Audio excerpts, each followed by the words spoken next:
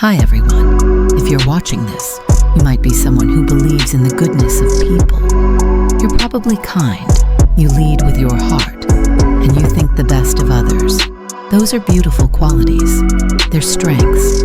I'm here today to tell you that those exact strengths are what a very skilled predator saw in me and used to scam me out of $75,000.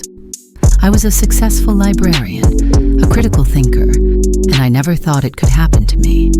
But a skilled online fraudster saw my emotional vulnerability after a loss and used my own compassion against me.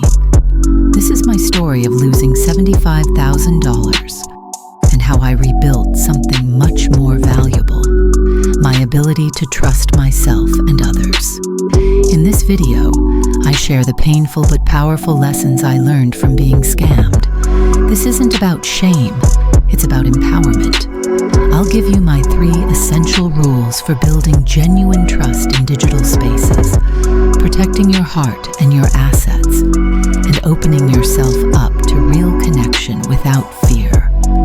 If you've ever felt lonely, hoped for love, or been worried about being too trusting, this video is for you. My name is Eleanor. I'm a high school librarian. I've spent my career teaching young adults about critical thinking and discernment, and I still fell for it. This isn't a story about my shame. It's a story about how I'm rebuilding something far more valuable than money. My ability to trust without being naive. It started about a year after my husband passed. The loneliness was a physical ache. My friends encouraged me to get back out there. So I did. I was cautious. I Googled red flags for online dating. I thought I was prepared. Then, Mark sent me a message. His profile was impressive. A humanitarian doctor working with Doctors Without Borders. Our conversations were deep, intellectual. He wasn't pushy. He asked about me, my grief, my dreams, what I loved about my late husband. He shared his own stories of loss and hope. He was building a connection, brick by emotional brick. He was weaponizing empathy. Looking back, the red flags were there, but they were disguised. First, the love bombing. He'd say things like, "You're not like anyone else. You have a pure heart." It was intense flattery designed to hook me fast. Then, the barrier to meeting. Just as we planned to meet, he had a crisis. The NGO was sending me on an emergency mission. The internet will be terrible. He always had a noble excuse why we couldn't video call or meet in person. Finally, the financial test. It started small.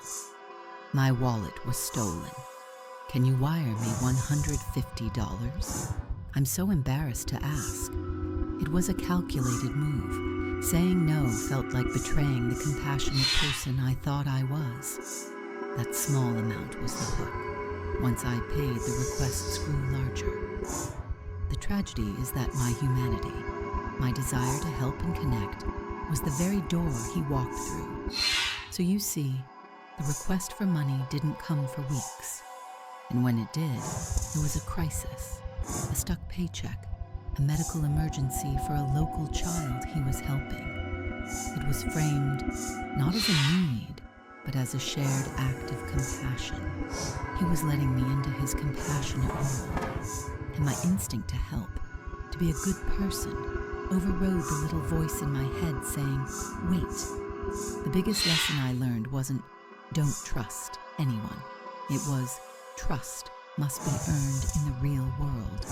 Online charm is cheap. Real trust is built through consistent, verifiable actions over time.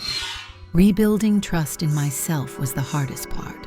I had to forgive myself for being a person who wanted to love and be loved. That's not a character flaw. My hope wasn't stolen. It was misplaced.